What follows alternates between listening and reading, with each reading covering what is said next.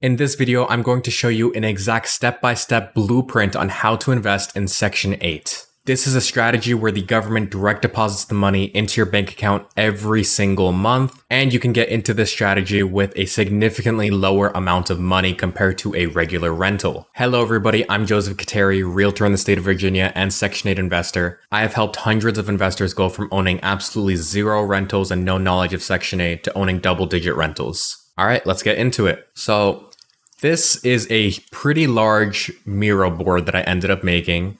So excuse the video length. So we'll start at the very top. 2025 blueprint for Section 8 investing. Going right down the line. First thing you have to do is pick a city. That's really the first thing in any type of process, which is pick an area to invest in. So there are a few options. You can go A-tier cities, B-tier cities, and C-tier cities. So I like to think of it as this. If you can think of large city, and then a city immediately comes to mind, that means it's probably an A-tier city. Meaning, if I am thinking, oh, what's a large city? And the first thing I think of is New York, Los Angeles, Miami, then those are A-tier cities. They're really expensive. They're not really good for the Section 8 strategy. And if you do end up going to those areas, it's most likely because you're going for appreciation or apartments, which are both good. It's a good strategy to go down. It's just not what this video is about. Now, B-tier cities are cities that if you thought of it for a little bit longer, you'd probably be able to name them. So places like Baltimore, places like Akron, Ohio, most of Texas, or Houston, Texas. So places like that where, they're still well-known cities, but maybe not at the very tippy top of your mind. And the reason I say that is because these are typically a little bit higher price range. They're not the $1 million townhouses that, places like DC and Miami are, but they are still relatively expensive, where a single family house will cost you a pretty penny, probably at least $200,000-$300,000. This strategy is good for BRRRRs, so buying extremely distressed homes and rehabbing them, or kind of a mixed strategy where you BRRRR into a Section 8 or you hold it for appreciation, but also you get Section 8, so you're at least making a little bit of money.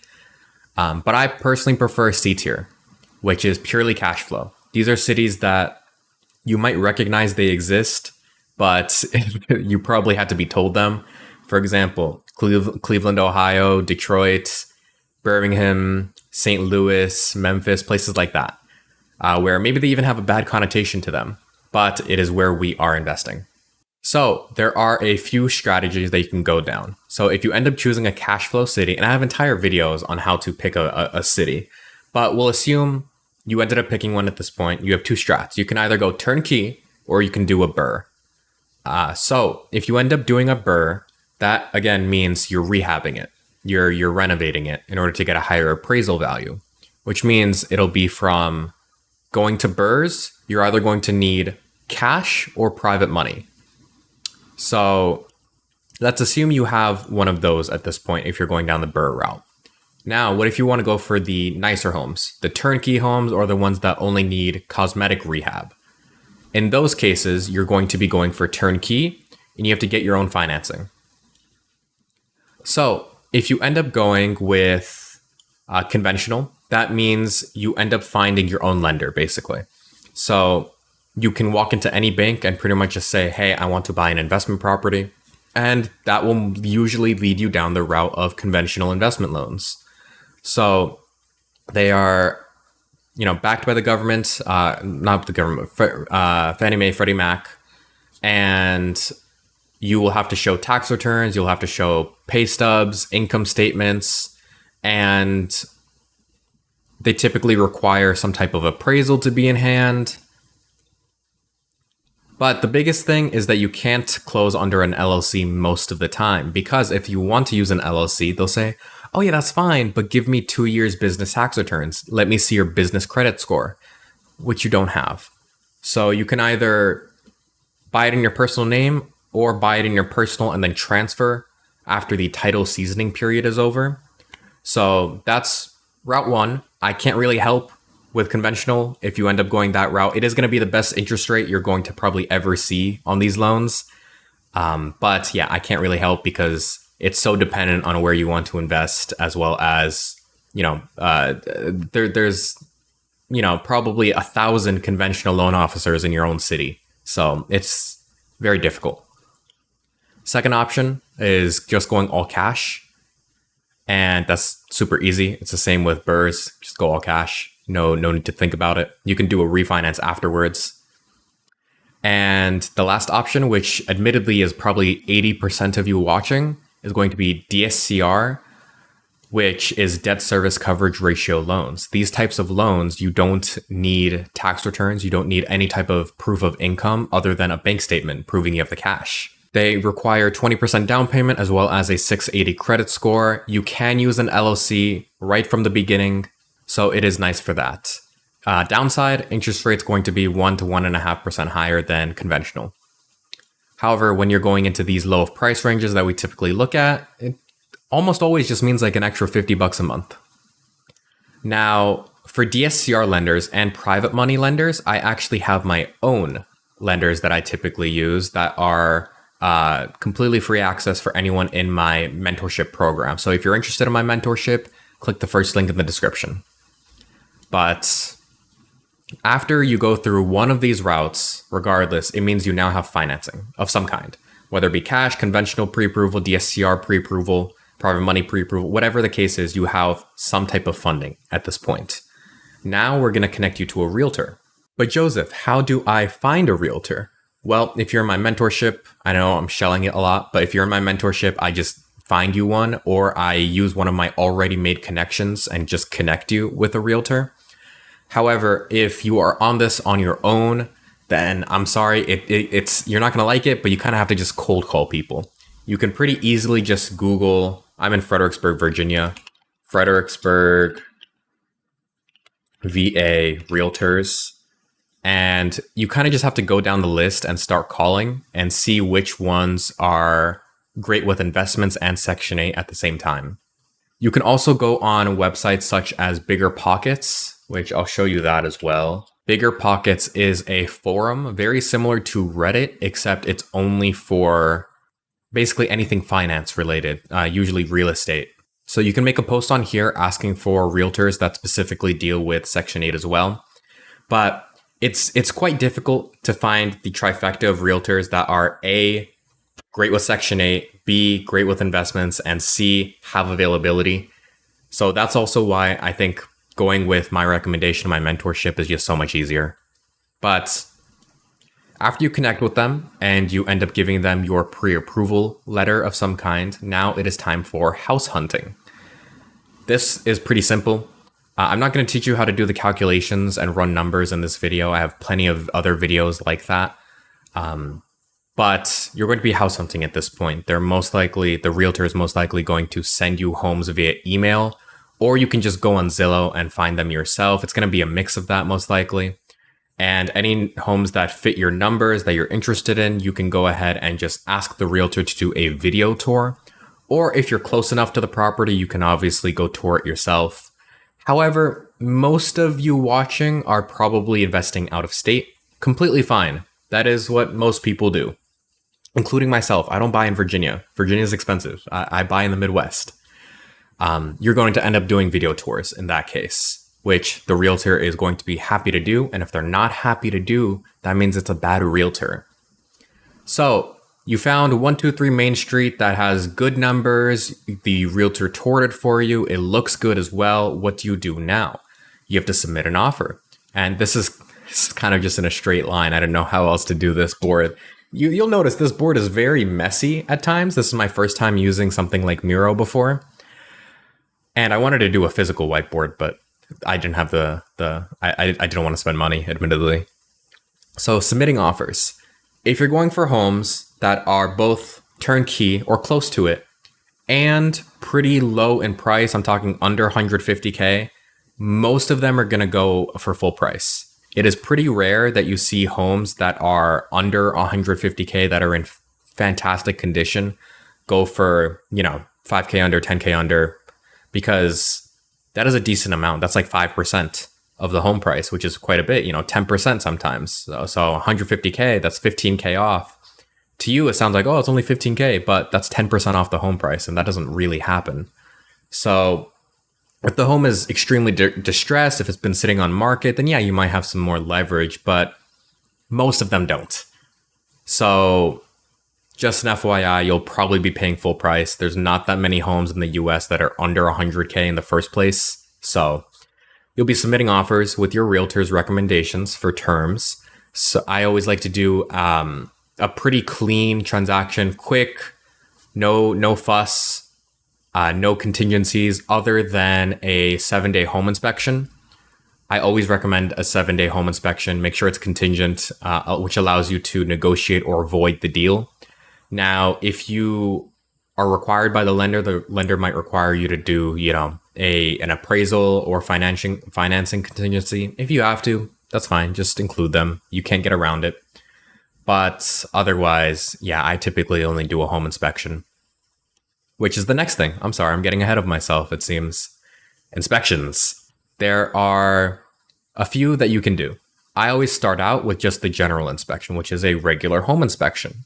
The reason I do that is because a regular home inspector, if they're good, which they should be, especially if you're if you're a student of mine, because we also vet our contractors, they should be pretty darn good and be able to find the major issues with the home. So they'll be able to find, mold, foundation issues, roofing issues, plumbing issues, as well as really anything that would fail your HQS inspection down the line. Now, they're not meant for this, but they will be able to find it typically. I've never had a home inspector that couldn't find mold, for example, or couldn't find water damage. What they'll do is they'll say, hey, I marked it in our inspection sheet. You probably should get a professional licensee to come out and get a further look. Most of the time, that's what happens. So let's say the general inspection ends up finding mold, foundation issues, and roofing issues. Well, you still have a 7-day inspection period, and that can be extended if you request it. So what you're going to do is you're just going to get a mold guy out there, get a foundation guy out there, get a roofing guy out there, and figure out, hey, is it actually a big deal? Or is my home inspector worrying for nothing? So past that point, you can start negotiating. Right? Let's say you've done your inspections and your contractor are saying, oh, the foundation's not an issue, the roof's not an issue, but we noticed, some stuff in the general inspection that really caught our eye and some molding. So now it's time to negotiate or void. You can void at this point. You can say, oh, wow, this had a lot more issues than I thought. I don't even want to negotiate this. It's just, I don't want to do this much rehab, and then back out. Totally within your rights as long as it was written in the contract. I don't like doing that. I usually only do that if it really doesn't work with the numbers. Instead, we typically go down the route of negotiating. So we'll say, hey, seller, can you fix these things? Or can you lower the price by X amount based on the contractor's recommendations? From there, they can either say yes or counter or say no. So if they say yes, hallelujah. Next step. If they say no, hallelujah, void. Not much else about that one. But if they can negotiate and, you kind of meet in the middle or just the numbers work out after negotiating, then you proceed. Next up is the appraisal. So with this appraisal, it is the lender sending out a professional to come to the home and giving an accurate estimation as to what this could currently value at. So if your home is a listed that you want to buy, you're under contract for $100,000, but the appraisal comes in and says, oh, we actually only appraised this at $95,000. Well, then that's an issue now because the bank will not allow you to continue, or the lender won't. They'll void the contract, or you can negotiate. So with the negotiating, you can ask the seller, say, hey, the appraisal was, $5K under. Do you want to go halvesies on this? I paid $2.5K, you paid $2.5K to the lender. Or you can say, hey, you have to pay this in full. Or void, really.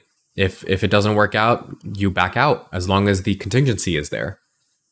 Now, what happens if the opposite comes to light, which is the home is under contract for $100,000, but the appraisal comes in at 105.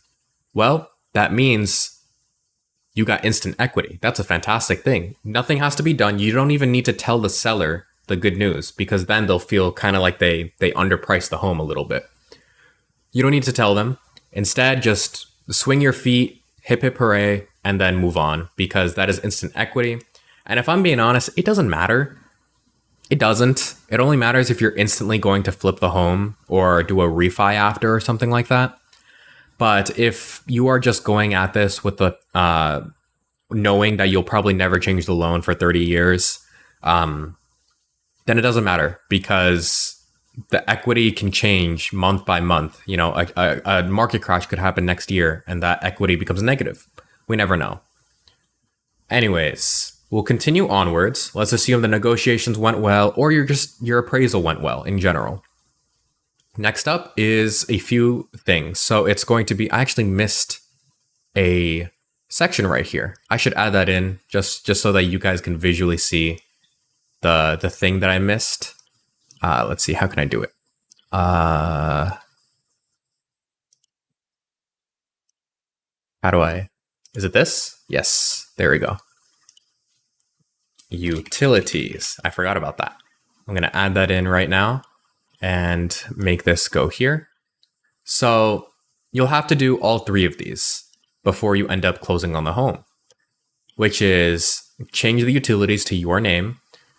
I know you might be thinking, oh, but I want the tenant to pay. Well, the property is going to sit vacant, so it has to have the utilities on. You know, you don't want a scenario where the inspections are happening and they can't test the water. Or, you know, let's say you bought in January, you don't want still water in your pipes, or else they'll freeze and burst. So you do want the utilities on for sure. And then you'll also want to get insurance. I always recommend to get special form insurance as long as it's within your budget. If it's not within your budget, is what it is. Make sure you at least get insurance that covers vacant properties and properties that are what am I forgetting? Protected against vandalism and burglaries. Because the last thing we want is, you know, you're not buying in a fantastic posh neighborhood here. The last thing we want is for someone to break in and try to steal the copper from the walls. So you definitely want insurance that would cover that. Now, a note about insurance is that if you pass the 30-day vacant threshold, so if your property has been sitting there after closing for 30 days, you need to switch insurance, because home insurance will only cover property if it's less than 30 days vacant in most cases. If it's more than 30 days vacant, then you want to get unoccupied insurance. So basically, if a vacancy insurance, that'll definitely save you, especially if something like a break-in happens. So I actually have a student going through this right now where he came to me with two properties already in hand, and they were vacant for like 4 or 5 months. And he was like, Joseph, please help me with these. So I said, of course. But he came to me and was like, by the way, one of these homes has a roofing issue. I'm going to get home insurance to cover it. And I said, okay, whatever. But then he came back to me and said, by the way, my insurance did not cover this because the properties have been sitting vacant for so long. So nothing you can do in that scenario. The best thing you can really do is just preemptively get vacancy insurance as soon as 30 days pass of it being vacant. So, closing. You can do this remotely. You typically will get a notary to come to you, or you go to a notary office near you and do the closing there. There are two things that could happen. Let's assume you're doing a BRRRR. If you're doing a BRRRR and you purposely bought a distressed property, then it's time for rehab. Now you have to ask yourself, is this rehab I'm doing necessary to pass the Section 8 inspection? If it's no, just get rid of it. Get rid of the thing that you want to rehab, not the house. And then you have to self-inspect the property. If it is necessary for housing quality standards, then yes, fix it, and then go back to inspecting. Now, what is this inspecting? I always like to do, before we list it for rent, a self-inspection. So you can just Google the HQS inspection checklist. I like to use the form. It's a little bit more detailed. It is 19 pages, and it tells you anything and everything you need to know about these Section 8 inspections.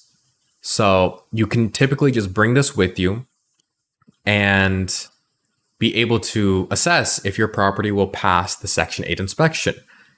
If you're not there, you can ask a property manager to do this for you. Or if you don't have property management, you can ask a handyman to do it. Or a lot of home inspection companies will have an investor inspection section or product where it's a cheaper home inspection and they're just going to go through what investors care about, and you can give them the HQS inspection for that. I like to go down the handyman route. But you're going to self do the inspection, and if it passed, then you can continue. If it didn't pass, then you go back to the rehab and you go back to this. Was it necessary? By necessary, an example of something that isn't necessary is screen doors. Most places don't require screen doors for Section 8. So if it's not necessary, get rid of it. You don't want it to be a problem later on, even if it's in good condition. Same with ceiling fans. Even if it's in good condition, just get rid of it. If it breaks during the tenant occupancy, you have to fix it. Now, if it is necessary, let's say it is something with the plumbing, then yeah, of course, you have to fix it. So now let's assume that you passed your own self-inspection. It is a yes.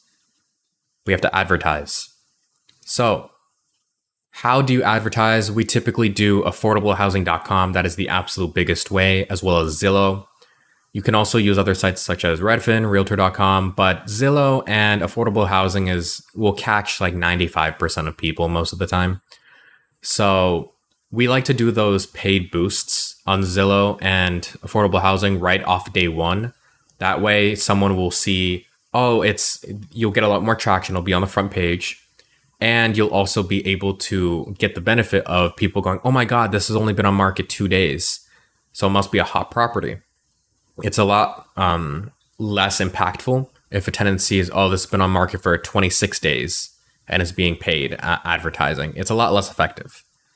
So assuming you would do the boost and also call the housing authority and just put yourself on the new landlord list, because the local housing authorities in your area that you're buying in just directly have a list of landlords with vacant properties, and they give that list to every new applicant that comes in. So it's free advertising. It really is.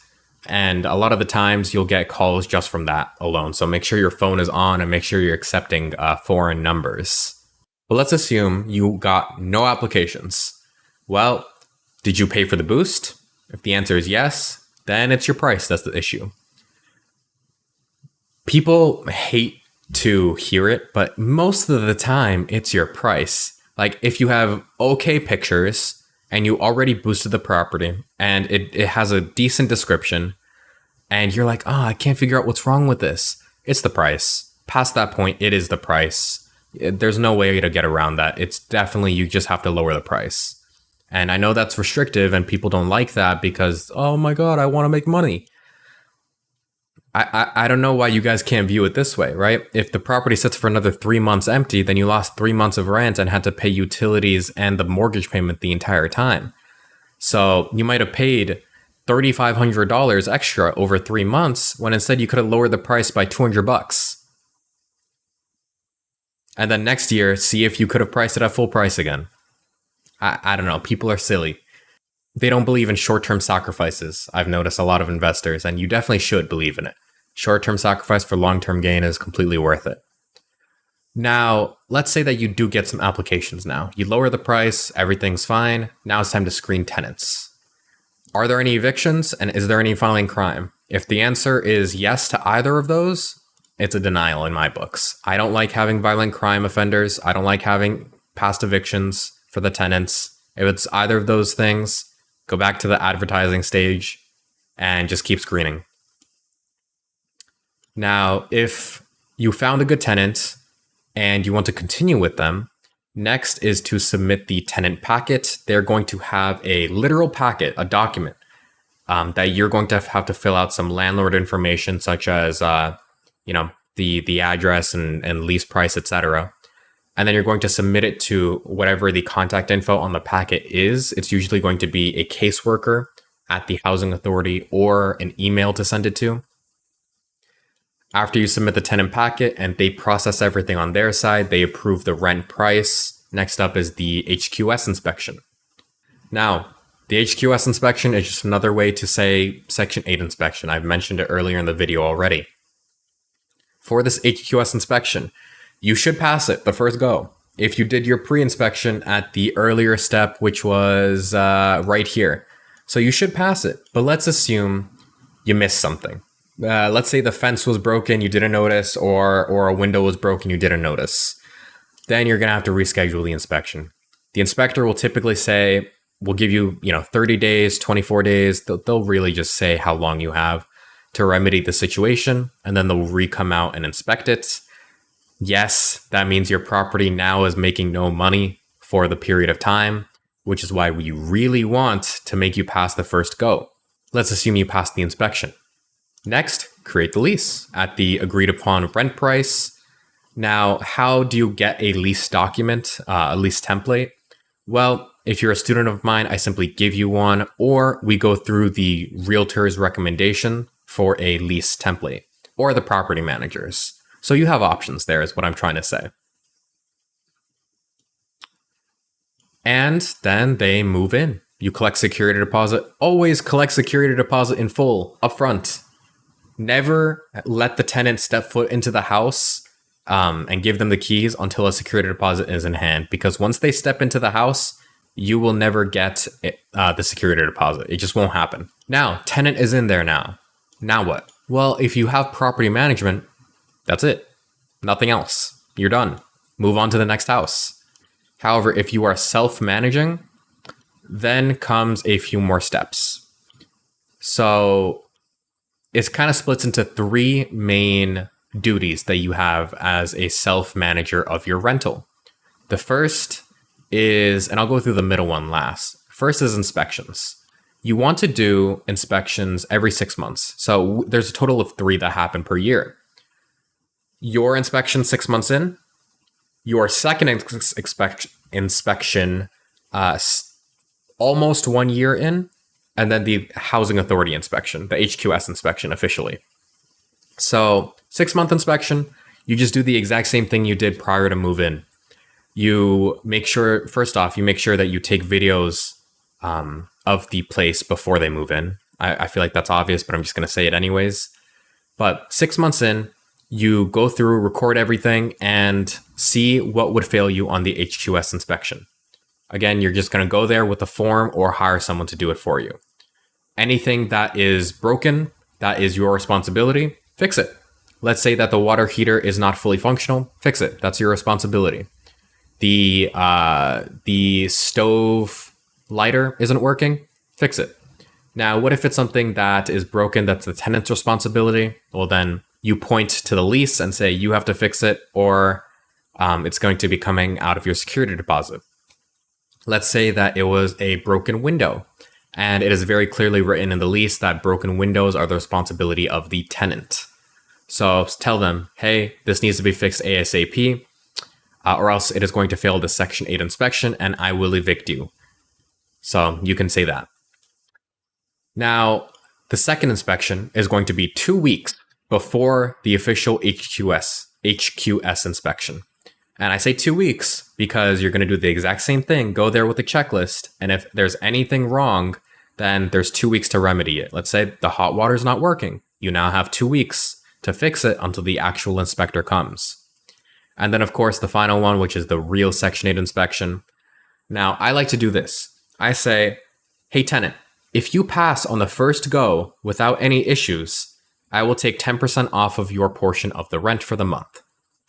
Now, not the total rent. I'm talking about just the tenant portion. If the tenant portion's $200 a month of $1,200, then they'll get $20 off. So that gives them an incentive. They'll get an extra little $20 or whatever the case is if they end up passing the first go. And if they don't pass, well, then you can say, hey, you need to pass. You can't, you have to fix blah, blah, blah, or you fix whatever is your responsibility. or else you will no longer have a place to live. And that's just what it is.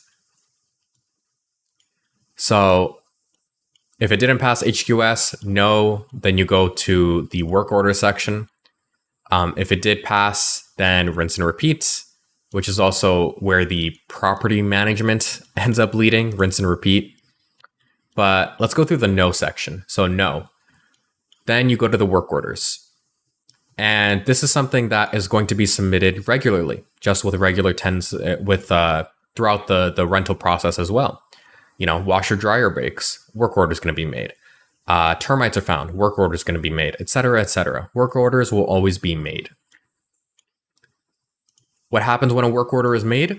You have to ask yourself this question. Is this necessary to pass the HQS inspection? Yes or no? If it's not necessary, then don't fix it. Go back to the self-managed process from the beginning. For example, screen door. Is it necessary for HQS? Now, and this is the part that I don't like.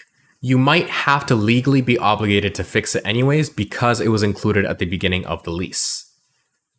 In that case, you have to fix it. But just keep in mind, hey, before their lease renews, I'm definitely going to remove this screen door. So if it is necessary to either adhere to the lease or to pass the HQS inspection, for example, let's say the refrigerator you supplied is broken. Yes, it is necessary. Then you get 3 quotes. One of the quotes can be a recommendation from your realtor. They pretty much always have a contact. For example, I'm a realtor here in Fredericksburg, Virginia. I have 50 contractors that I instantly know all of them are great, reliable, because I've worked with them. Now, you're going to ask your realtor that ended up cooperating with you to help you buy the home and ask for one of them that way. One of them I like to cold call just off of Google. And the last one, I like to go through a Facebook group. So I like to join, let's say, Fredericksburg, Virginia Facebook groups and just post in there, hey, I'm really in need of a appliance repairman. Can anyone give any cheap recommendations? And that's how you get your third. So that way it gives a pretty good playing field. One of them's random. One of them is a recommendation from a trusted source. And one of them is just anyone who's lived in the area for a long time knows someone reliable. So you get 3 quotes and you pay them to fix it. And then you go back to the self-manage. And then you kind of ask yourself again, will you pass inspection, etc.? And it all just eventually leads to rinse and repeat. So that is really the whole process. That's the whole blueprint. Nothing else really here. I definitely left out a lot of detail. Like, for example, what do you need to get a pre-approval from a DSCR loan? How do you make an LLC if you want to use DSCR loans? So I definitely left out some detail because this video would be like 4 hours if I included everything. And this chart would be so complicated and convoluted, it'd be hard to read. But if you want a more detailed guide, I definitely have a whole series on how to do this from start to finish. But this I feel like is already complex enough. So by now, you should know exactly from start to finish how to invest in Section 8 homes. You have the blueprint. Now go to investing. If you want my help investing, you want the mentorship, the one-on-one time with me, go ahead and click the first link in the description and book a free strategy call with my team. And if you want any free resources, I actually have a school community where I talk about how to invest in Section 8. It's completely for free. There's 5 modules and it's filled with valuable information. You can also directly DM me on there, as well as communicate with fellow investors, and I do a monthly group call on that platform. Go ahead and comment down below any questions you had about this checklist. And as always, I'm Joseph Khateri, realtor in the state of Virginia. Have a nice day.